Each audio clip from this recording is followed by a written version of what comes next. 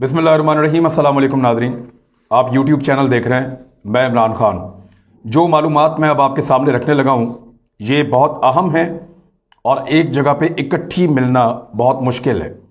कुछ मैंने अपने दोस्तों से जो मेरे सोर्सेज हैं उनसे हासिल की और कुछ मालूमात जो है हमने काफ़ी रिसर्च करके निकाली हैं। ये सारी मालूमात मैं आपके सामने रखता हूँ ताकि आपको पता चले कि पीडीएम के पीछे क्या है और कौन लोग इसको इस्तेमाल कर रहे हैं।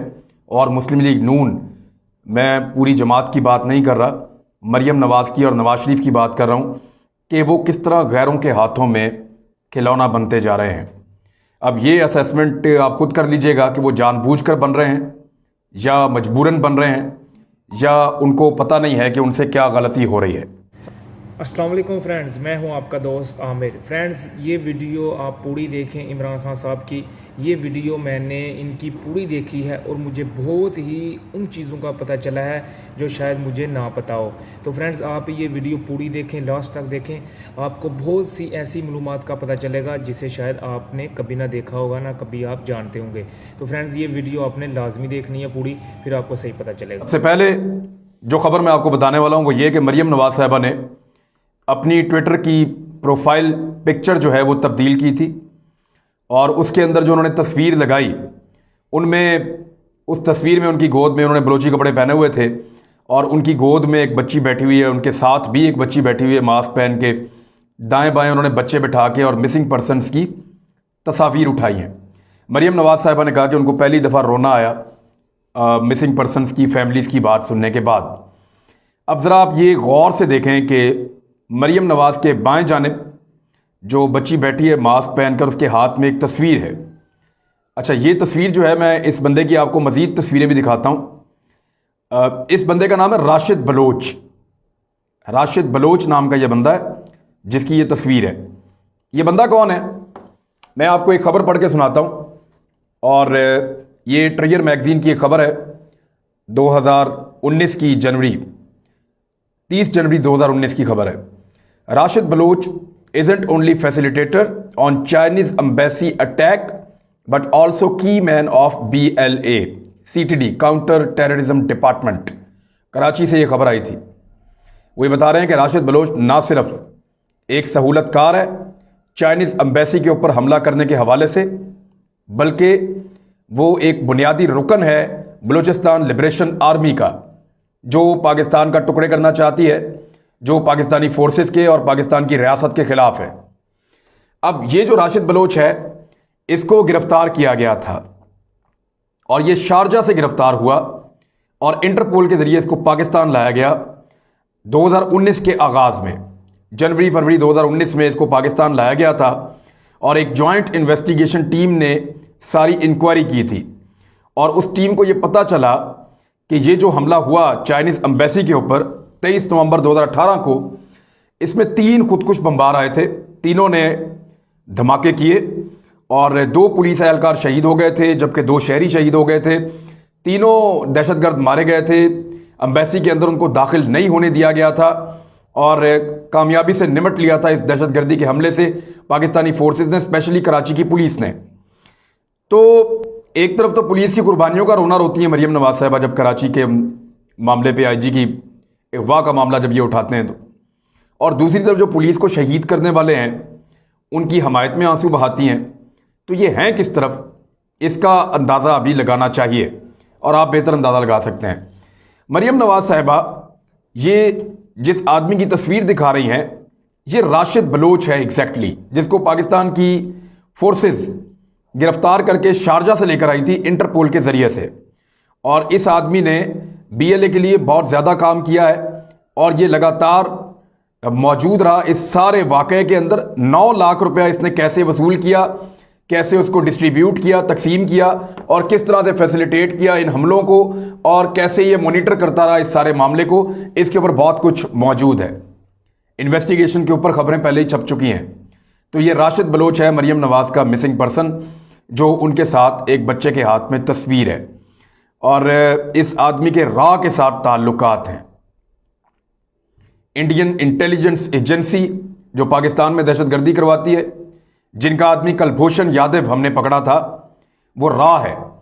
तो रा के साथ इसके बड़े अच्छे ताल्लुकात हैं और उसके सारे लिंक पाकिस्तान की एजेंसीज को मिल गए थे।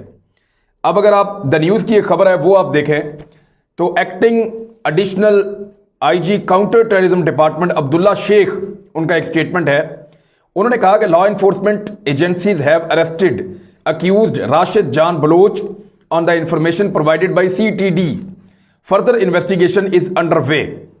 सीटीडी की इंफॉर्मेशन की बुनियाद के ऊपर लॉ इन्फोर्समेंट एजेंसीज ने राशिद जान बलोच को गिरफ्तार कर लिया है और मजीद तहकीकात की जा रही हैं। अब्दुल्ला शेख ने कहा राशिद जान Balochi received over 9 lakh via 4 different bank accounts for the attack. उसने 4 मुख्तलिफ बैंक अकाउंट से 9 लाख रुपए वसूल किए और इसके अलावा he provided the money to the 5 accused and he is in contact with other countries. वो दूसरे मुल्कों से भी राब्ते में था और उसने ये पैसा 5 मुजरिमान को प्रोवाइड किया। ये द न्यूज़ की खबर है और आपके सामने है। अब इसके अलावा मजीद तफसीलात इसके बारे में मैं आपको ये बता देता हूं कि पाकिस्तान का शायद ही कोई मीडिया हो जिस पे इस आदमी के बारे में या इसके हवाले से खबर ना छपी हो। अब आ जाएं आप एक और करैक्टर, मामा कदीर।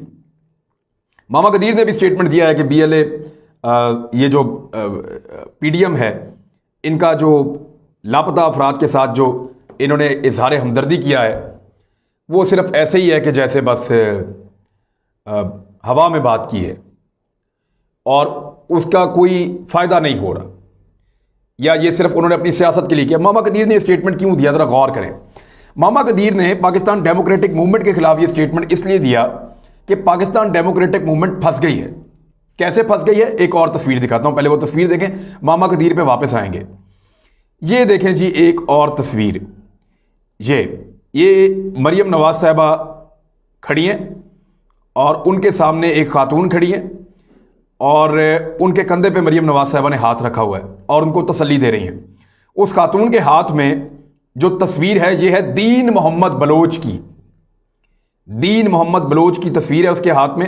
ये भी मरियम नवाज साहिबा का मिसिंग पर्सन है और दीन मोहम्मद बलोच अल्लाह नज़र बलोच का बहुत करीबी दोस्त है। अल्लाह नज़र बलोच कौन है, जरा आप जाके सिर्फ इसको गूगल करके देख लें कि ये कौन है। इसके बारे में सादा सादा लिखा हुआ पता क्या आता है कि a militant and the current leader of Balochistan Liberation Army Front, a militant group operating in Pakistan and Afghanistan under his leadership Baloch Liberation Front claimed responsibility for attack on civilians, journalists, government and security personals। ये Wikipedia के ऊपर इसका ये एक लिखा हुआ है तारुफ। अल्लाह नज़र बलोच इंतहाई मतलूब दहशतगर्द है जो बीएलए को चलाता है, बलोचिस्तान लिबरेशन फ्रंट को, बीएलएफ को चलाता है और ये बड़ा खौफनाक दहशतगर्द है। इसने बहुत सारे हमले किए हैं। ये अफगानिस्तान में भागा हुआ रहता है और इसके सपोर्टर इसको लेकर दुनिया के मुख्तलिफ इलाकों में फिरते हैं, लेकिन ये नौजवानों को वर्गलाता है, यूनिवर्सिटी से उनको इकट्ठा करवाता है और उनको भड़काता है, उनको हथियार चलाना अफगानिस्तान में सिखाता है और उनको रॉ के लोगों से मिलवाता है और फिर ये पाकिस्तानी फोर्सेस पे हमले करने के लिए उनको उकसाता है। ये है अल्लाह नज़र बलोच। अल्लाह नज़र बलोच का मैं आपको एक ट्वीट दिखाता हूँ। एक ट्वीट में ये डॉक्टर अल्लाह नज़र बलोच क्या कह रहा है। वो कह रहा है कि doctor Deen Mohammad is a best friend. Deen Mohammad मेरा बेहतरीन दोस्त है and family member of mine, एक खानदान के फर्द की तरह है। As a doctor he served his people. वो कह रहा है कि डॉक्टर के तौर पे इसने लोगों की बहुत ज़्यादा खिदमात की हैं। डॉक्टर अल्लाह नज़र बलोच डॉक्टर दीन मोहम्मद के बारे में कह रहा है और ये एक तस्वीर मैं आपको दिखा रहा हूँ जहाँ पे डॉक्टर दीन मोहम्मद डॉक्टर अल्लाह नज़र बलोच के साथ बैठा हुआ खाना खा रहा है, पीछे हथियार भी पड़े हुए हैं। तो अब आप अंदाज़ा करें कि ये मरियम नवाज का दूसरा लापता अफराद है जो खुद एक दहशतगर्द है, सिक्योरिटी फोर्सेस पे हमलों में मुलव्वस है और इंतहाई मतलूब है और दहशतगर्दों को मावनत फराम करता है। चलें एक और मैं करैक्टर आपको दिखाता हूं। पीडीएम कोयटा के जलसे में जिस शख्स ने मरियम नवाज साहिबा को जलसे वाले दिन बलोची चादर पहनाई, उसका नाम पता है क्या? उसका नाम है अली हसन बरोही। ये अली हसन बरोही कौन है जिसने मरियम नवाज साहिबा के पास आकर उनको बलोची चादर पहनाई? ये अली हसन बरोही जो है वो सिंध का सबसे बड़े कब्जा माफिया में से एक है। आप पूरे सिंध में जब भी पुलिस के सामने कब्जा माफिया का जिक्र करेंगे इस आदमी का नाम जरूर आएगा।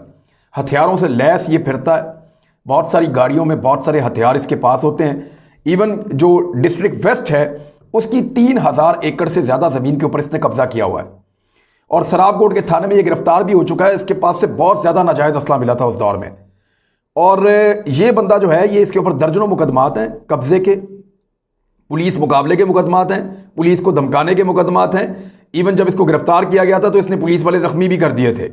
तो ये इस लेवल का एक कब्जा ग्रुप है। इसका नाम है अली हसन बरोई। इसने मरियम नवाज साहिबा को बलोची चादर पहनाई बलूचिस्तान में। तो ये मैं आपको बता रहा हूं कि क्रिमिनल के साथ कैसे ताल्लुकात जुड़ते जा रहे हैं और कैसे मरियम नवाज साहिबा जो हैं वो किसी और के हाथों में खेल रही हैं, या तो जानबूझ के या उनसे ये गलती हो रही है। अब आ जाए मामा कदीर की तरफ। मामा कदीर के आने से पहले आप जरा एक स्टेटमेंट जरा मैं आपको दोबारा सुनवा दूं। ये स्टेटमेंट है नूरानी साहब का, जो बड़े ज़बरदस्त इत्तेहादी हैं मौलाना फजलुर रहमान साहब के और PDM के। इन्होंने तकरीर करते हुए बलूचिस्तान की आज़ाद रियासत का मुतालबा किया था। सुनिए। डाकू, लुटेरे और गासिब, इन लोगों से आपको निजात दिलानी है। हम चाहते हैं बलूचिस्तान एक आजाद रियासत हो। आज बलूचिस्तान का माहौल ऐसे ही है जैसे आप किसी पसमानदा इलाके में आ गए हैं और बलूचिस्तान को हर दौरे। ये सब कुछ इत्तफाकिया नहीं हो सकता। जलसे से खड़ा होकर एक आदमी खिताब करते हुए एक आज़ाद रियासत का मुतालबा कर रहा है और एक खातून वहां पे उन तस्वीर को उठाए हुए लोगों के साथ मौजूद हैं जो एक आज़ाद रियासत के लिए या पाकिस्तान को तोड़ने के लिए बंदूक के जोर के ऊपर कोशिशें कर रहे हैं, दहशतगर्दी कर रहे हैं। चाइनीज कॉन्सुलेट पे हमला करते हैं, कराची स्टॉक एक्सचेंज पे हमला करते हैं और दीगर सहाफ़ियों पे हमला करते हैं और सिक्योरिटी फोर्सेस पे हमला करते हैं, सिविलियन पे हमला करते हैं, इंजीनियर पे हमला करते हैं, गैर मुल्कियों पे हमला करते हैं। तो ये सारी चीज़ें आपके सामने हैं। अब मामा कदीर की बात कर लेते हैं। मामा कदीर जो है ये जियो पे इसके इंटरव्यूज भी चलते रहे हैं और इस वक्त मामा कदीर ने ये इसलिए कहा, जो स्टेटमेंट दिया कि PDM ने हमें कोई फ़ायदा नहीं दिया, वो इसलिए कि PDM फंस गई है। PDM के स्टेज के ऊपर से दहशतगर्दों की तस्वीरें सामने आ गई हैं। तो मामा कदीर ने फौरी तौर पे इनको रेस्क्यू करने के लिए, इनको लापता अफराद से अलग करने के लिए ये स्टेटमेंट दिया है और दिया एक सहाफ़ी के कहने के ऊपर। एक ख़ास सहाफ़ी है जिसके बड़े चहेते हैं, उसके कहने के ऊपर दिया है। अच्छा, मैं एक आपको ट्वीट पढ़ के सुनाता हूँ हामिद मीर साहब का। उन्होंने कहा कि prime minister Nawaz Sharif praised the peaceful march of Mama Qadeer today in the joint meeting of 2 talks committees. दो जो कमेटियां हैं उनके साथ बात करते हुए वज़ीर आज़म मियां नवाज शरीफ साहब ने तारीफ़ की पुरअमन मार्च की मामा कदीर के। ही सेड, उन्होंने कहा Mama Qadeer is not a terrorist.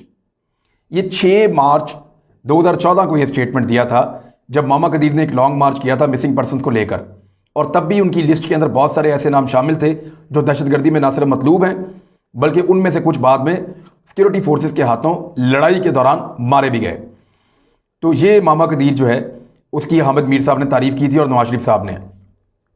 मामा कदीर ने एक इंटरव्यू दिया BBC उर्दू को और इंटरव्यू देते हुए मामा कदीर ने कहा कि कुलभूषण यादव जो है वो बेगुनाह है और हमें अगर बैनुल अक़वामी अदालत में बुलाया जाएगा तो हम ये साबित कर देंगे कि कुलभूषण यादव बेगुनाह है। अब जरा आप टेक्निकली समझें, मियां नवाज शरीफ साहब कभी कुलभूषण यादव का नाम नहीं लेते थे। मामा कदीर कह रहा है कुलभूषण यादव बेगुनाह है। मियां नवाज शरीफ साहब कह रहे हैं कि मामा कदीर एक ज़बरदस्त आदमी है, दहशतगर्द नहीं है। इन सारी चीज़ों को अगर आप जोड़ें और मामा कदीर की जो लिस्ट है उसके अंदर धड़ाधड़ दहशतगर्दों के नाम हैं। मामा कदीर के जो लापता अफराद हैं वो वही हैं जो कुलभूषण यादव के लिए काम करते रहे हैं। सारे नहीं हो सकते, बहुत सारे वो हैं जो कुलभूषण यादव के लिए काम करते रहे हैं। लिहाजा मामा कदीर कुलभूषण यादव को एक बेगुनाह आदमी समझता था और नवाज शरीफ साहब भी कुलभूषण यादव का नाम लेने से अपने दौरे हुकूमत में कतराते रहे हैं। और जब उन्होंने नाम लिया तो उसका बतौर एक जासूस नाम लिया, एक दहशतगर्द के तौर पे नाम नहीं लिया था। इस पे खासी लेदे भी हुई थी। एतजाज हसन ने इनाम भी रख दिया था कि मियाँ साहब कुलभूषण का नाम ले लें, मैं इतने पैसे जो है वो खैरात कर दूंगा। अब मामा कदीर का एक और भारतीय टीवी को इंटरव्यू, और उस इंटरव्यू में उसने भारत की रियासत को ये कहा कि आप हमें हथियार दें, आर्म्स दें और उनके साथ आप हमारी मदद करें। छोटा सा क्लिप मैं आपको सुना देता हूं, ये सुन लें आप। मोदी साहब हमें मदद देना चाहते हैं तो आर्म्स की हमें मदद करें, हमें बंदूक की मदद करें, ताकि हम अपने दुश्मन को उससे मारें। लड़ने के लिए तो ये मामा कदीर हथियार मांग रहे हैं भारत से और लड़ने के लिए एक प्रैक्टिकल मदद मांग रहे हैं भारत से। तो अब आप अंदाज़ा कर लें कि क्या चल रहा है PMLN के अंदर, और क्या चल रहा है PDM के अंदर, और क्या चल रहा है पाकिस्तान की सिक्योरिटी फोर्सेस के साथ। ये जो फैक्ट्स मेरे पास थे मैंने आप तक पहुंचा दिए हैं। मेरे ख्याल में आंखें खोलने के लिए काफ़ी हैं। PMLN के लोग भी आंखें खोलें, और अगर तो नवाज शरीफ साहब और उनकी बेटी इस्तेमाल हो रहे हैं तो वो खुद आंखें खोलें, और अगर उनको वो जानबूझकर इस्तेमाल हो रहे हैं तो फिर जो लोग हैं खुदारा वो होश के नाखून लें और इस एजेंडे को आगे ना लेकर जाएं। आज पेशावर के अंदर एक बड़ा खौफनाक धमाका हुआ एक मदरसे के अंदर, और बहुत बड़ी तादाद में लोग ज़ख्मी हुए हैं। लगभग जो दोपहर तक इत्तलात आ रही थी उनमें 8 से ज़ायद लोग जो हैं वो शहीद हो गए थे। तो एक इंतहाई अनफॉर्चुनेट इंसिडेंट है। मदरसे में धमाके का आप मतलब समझिए। पाकिस्तान में शिया सुन्नी फसाद करवाने की कोशिश की जा रही है। मदारिस के तलबा को दोबारा से लड़ाई पे उकसाया जा रहा है। दोबारा से दहशतगर्द हमलों के लिए एक नई पौध तैयार करने की कोशिश की जा रही है। हम इस वक्त हालत जंग में दाखिल हो रहे हैं, और ये वो वक्त है जब पाकिस्तान ने और चीन ने मिलकर कश्मीर के लिए कोई फैसला कुन कदम उठाना था। इस वक्त पाकिस्तान में सियासी तौर पर अनारकी फैलाई जा रही है, और उसमें PDM अपना रोल प्ले कर रही है। मैं सारी PDM को कसूरवार नहीं कहूँगा, लेकिन नवाज शरीफ साहब जानबूझकर ये कर रहे हैं और अपनी बेटी को इस्तेमाल कर रहे हैं। दूसरी जानिब ये जो बैनुल अक़वामी फोर्सेस हैं वो अब अपना गेम पाकिस्तान के अंदर इन्वेस्टमेंट के साथ और तगड़े तरीके से दाखिल कर चुके हैं। गुज़िश्ता दिनों भारत ने $1 मिलियन की इन्वेस्टमेंट की थी तहरीके तालिबान पाकिस्तान के मुख्तलिफ धड़ों को पाकिस्तान के खिलाफ इकट्ठा करके मुत्तहिद करके दोबारा हमलावर होने के लिए। इस सारी सिचुएशन को जो लोग समझते हैं वो इस बात को भी समझते हैं कि इस वक्त आपको अपनी फोर्सेस का साथ देना है, इस वक्त आपको अपनी रियासत का साथ देना है, और रियासत के खिलाफ अगर किसी का कोई भी एजेंडा है तो उसको उखाड़ के बाहर फेंकना है। ये वक्त खामोश रहने का नहीं है, आवाज़ उठाने का है। अब तक के लिए इतना ही, अपना ख्याल रखिएगा। दोस्तों देखा आपने ये पूरी वीडियो को, सुना अपने फ्रेंड्स, मुझे तो यकीन नहीं हो रहा कि ये लोग अपनी करप्शन बचाने के लिए किसी हद तक भी जा सकते हैं। ये लोग अपनी करप्शन बचाने के लिए मुल्क के दुश्मनों के साथ हाथ मिलाने के लिए तैयार हैं। ये लोग पाकिस्तान की फौज को बदनाम कर रहे हैं, ये लोग पाकिस्तान के अदारों को बदनाम कर रहे हैं सिर्फ और सिर्फ अपनी करप्शन बचाने के लिए।